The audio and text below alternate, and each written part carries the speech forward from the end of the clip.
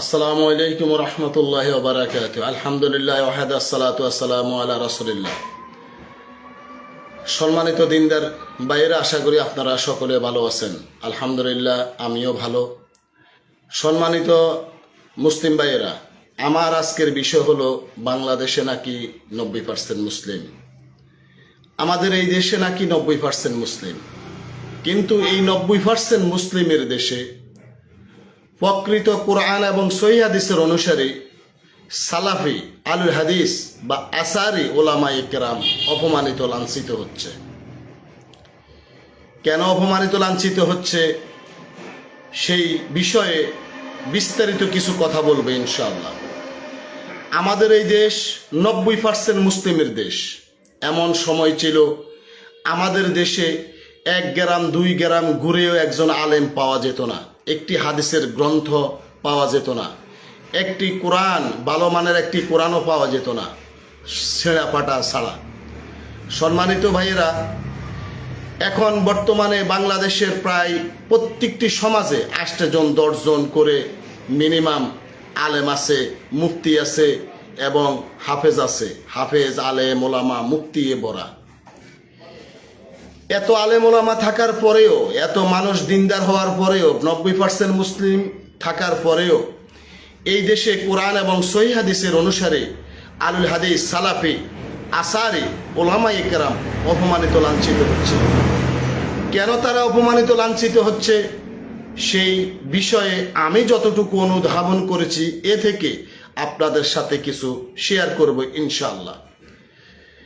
আমাদের দেশে যারা কোরআন এবং সহিহ হাদিসের অনুসারে, কোরআন এবং সহিহ হাদিসের কথা বলে, তাদেরকে সকলেই, সকল গণনার মানুষ, কি জামাত ইসলামী, ইসলামী আন্দোলন, পীর পূজারী, কবর পূজারী, মাজার পূজারী এবং দল পূজারী, সবাই তাদেরকে হিংসা করে, বিদ্বেষ করে এবং অপমানিত করে, লাঞ্ছিত করে। তাদেরকে বলে তারা ইহুদির দালাল, খ্রিস্টানের দালাল এবং বলে তারা নাকি পেট্রোডলার খোর, পেট্রোডলার খায়।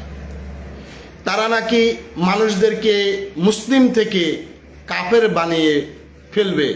এই কারণে দেশের মানুষ সকলেই আপনার একযোগে আলেম, কোরআন এবং সহিহ হাদিসের অনুসারে, যারা কোরআন এবং সহিহ হাদিসের কথা বলে, যারা তাওহীদের কথা বলে, যারা ইমানের কথা বলে, যারা ইমান ভঙ্গের কথা বলে, শিরকের কথা বলে, বিদআত থেকে আমলকে রক্ষার কথা বলে, শিরক থেকে ইমানকে রক্ষার কথা বলে, মানুষদেরকে একমাত্র আল্লাহর দিকে আহ্বান করে, এই সব ব্যক্তিদেরকে মানুষ ঘৃণা করে, অপছন্দ করে।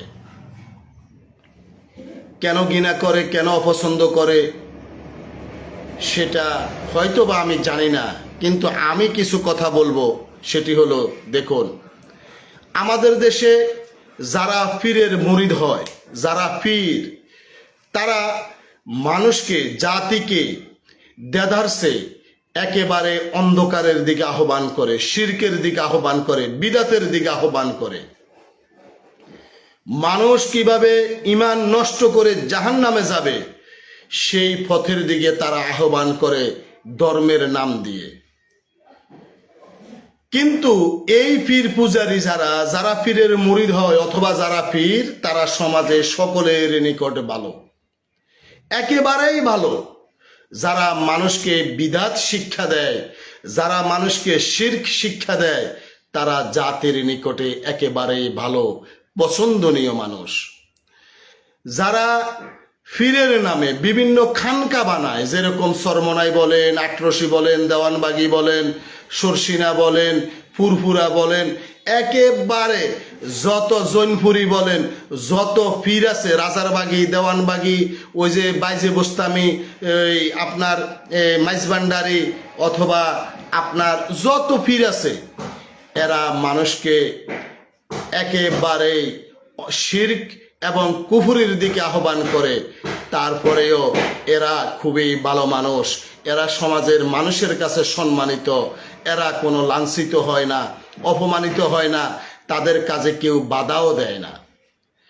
যারা কবরের দিকে মানুষকে আহ্বান করে, কবরে সিজদা দেওয়া, কবরে টাকা পয়সা দেওয়া এবং কবরে মান্যত করা, কবরবাসীর কাছে সাহায্য চাওয়া, সন্তান সান্তনি চাওয়া, দুনিয়া ও আখিরাতের মুক্তি কামনা করা, হেদায়েত কামনা করা, যারা কবরবাসীর কাছে এগুলা চায় তারাও শিরক এবং কুফরিতে লিপ্ত, বিদাতে লিপ্ত।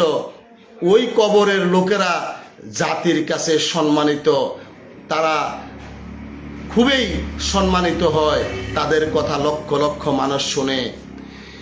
আর যারা পীরের নিকট যারা সাহায্য কামনা করে, পীরদেরকে মাধ্যম মনে করে, পীরের উসিলায় আল্লাহকে পাবে, দুনিয়া এবং আখিরাতে যারা সম্মানিত হবে চিন্তা করে, এরাও সমাজে একেবারেই সম্মানিত, একেবারেই সম্মানিত। যারা দেখা গেছে যে দলের নামে মানুষদেরকে হারামের দিকে আহ্বান করে, আর নেতা নেত্রীর অন্ধ অনুসরণের কারণে, কুফরি গণতন্ত্রের কারণে মানুষ ইমান নষ্ট হচ্ছে, মানুষের ইমান নষ্ট করে মানুষ ইমান হারা হয়ে আপনার জাহান্নামে যাওয়ার পথ সুগম করছে, পরিষ্কার করছে, এরাও সমাজে সম্মানিত।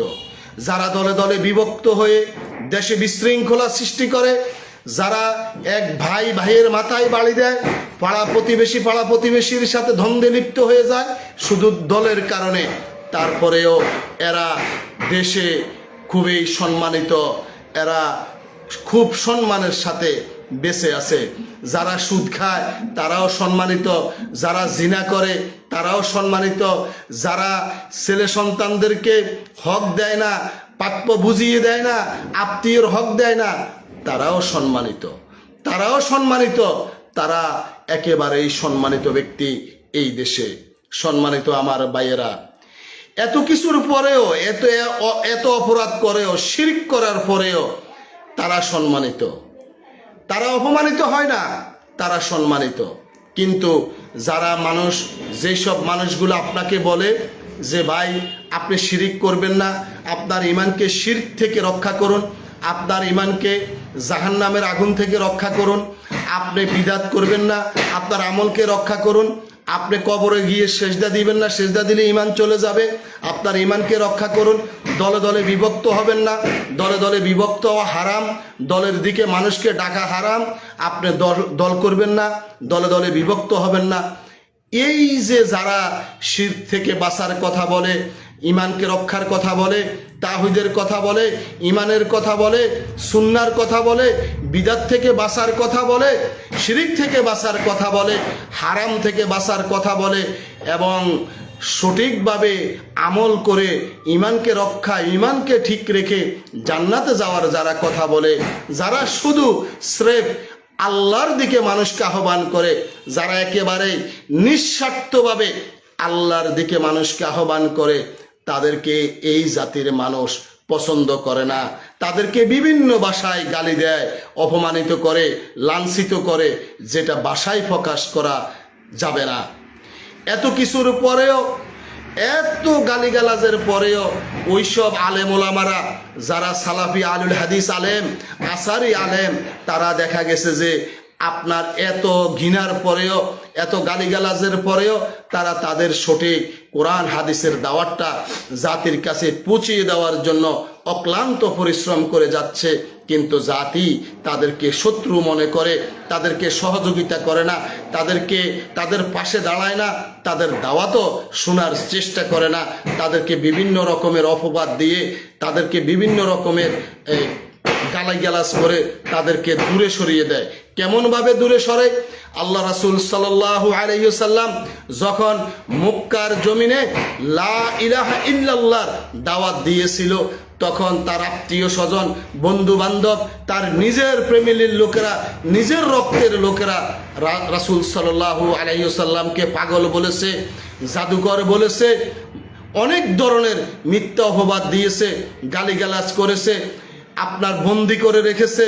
শিয়াবে আবু তালিবে 3 বছর আপনার বন্দি করে রেখেছে, কারোর সাথে কোনো লেনদেন করতে দেয় নাই, চলতে দেয় নাই, এবং তাকে অনেকভাবে নির্যাতন করা হয়েছে, ওনাকে মারা হয়েছে, শেষ পর্যন্ত হত্যা করার জন্য বাড়িকে ঘেরাও করেছে। তারপরে আল্লাহ রাসূল সাল্লাল্লাহু আলাইহি ওয়াসাল্লাম হিজরত করে মদিনায় চলে গিয়েছেন। কারা করেছে? ওনার নিজের লোকেরা, ওনার নিজের লোকেরা। আজকে আমাদের দেশের অনেকে বলে অমুকে কিসের দাওয়াতি কাজ করে, অমুকের আচার ব্যবহার ভালো না, কথাবার্তা ভালো না, অমুকে এইটা করে সেইটা করে। হ্যাঁ ঠিক আছে, অমুকে এইটা করে সেটা করে, কিন্তু অমুকের চেয়ে বড় বড় ওলামায়ে কেরাম যারা আছে তারা তো সুন্দরভাবে বলে, তারা তো সঠিক কথা বলে। কই, তাদের কথা তো এই জাতির লোকেরা শোনে না। এই জাতির লোকেরা ঘুরে ফিরে ওইসব পীরদের কথা শুনে, যেই সব পীরেরা মানুষদেরকে সাহায্য করার নামে, দুনিয়াতে কিছু দেওয়ার নামে শিরক এবং কুফরিতে লিপ্ত করা, আর শিরক এবং কুফরিতে লিপ্ত করার কারণে ওই লোকগুলা জাহান্নামের প্রতীক হচ্ছে, জাহান্নামে যাওয়ার উপক্রম হচ্ছে।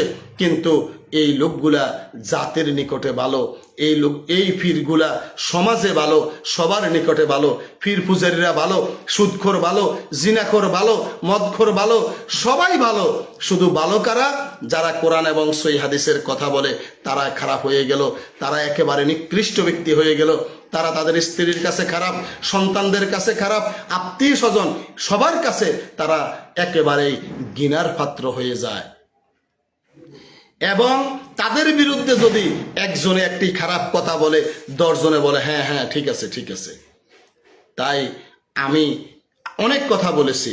সম্মানিত ভাইয়েরা, আপনারা সবাই আল্লাহওয়ালা, সবাই নিজেদেরকে মুসলিম দাবি করেন। কেমন মুসলিম আপনারা? 90% মুসলিম।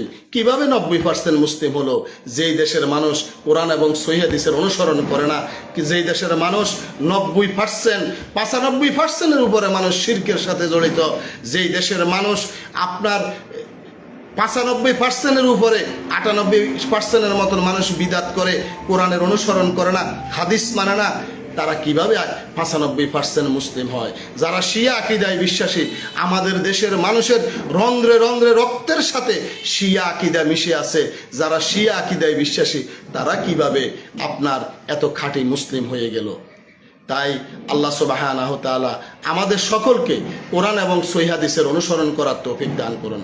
এবং যারা কোরআন এবং সহিহ হাদিসের কথা বলে, যারা মানুষদেরকে তাওহীদের দিকে আহ্বান করে, কোনো দলের দিকে নয়, যারা মানুষকে ঈমানের কথা বলে, শিরক থেকে বাঁচার কথা বলে, শিরকের কথা বলে, সুন্নাহ ভিত্তিক আমল করার কথা বলে, বিদআত থেকে দূরে থাকার কথা বলে, তাদেরকে আশা করি আপনারা সকলেই মহব্বত করবেন, ভালোবাসবেন, কাছে টেনে নেবেন।